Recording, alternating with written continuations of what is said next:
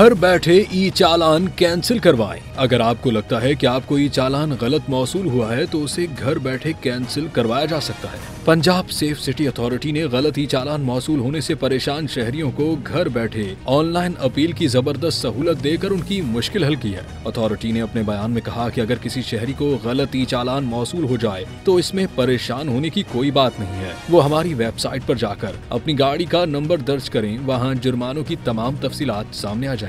बयान में मजीद कहा गया कि अगर शहरी समझता है कि ये ई चालान उसका नहीं किसी और शहरी का है और गलती से उसे मौसूल हो गया है या उसने इमरजेंसी की सूरत में ट्रैफिक कवानीन की खिलाफ वर्जी की, जैसे कि एम्बुलेंस वगैरह को रास्ते देते वक्त सिग्नल तोड़ना वगैरह, तो वो अपील कर सकता है। अपील दायर करने के बाद पंजाब सेफ सिटी अथॉरिटी की टीम उसका जायजा लेगी और अगर ई चालान गलत जारी हुआ होगा तो उसे कैंसिल कर दिया जाएगा।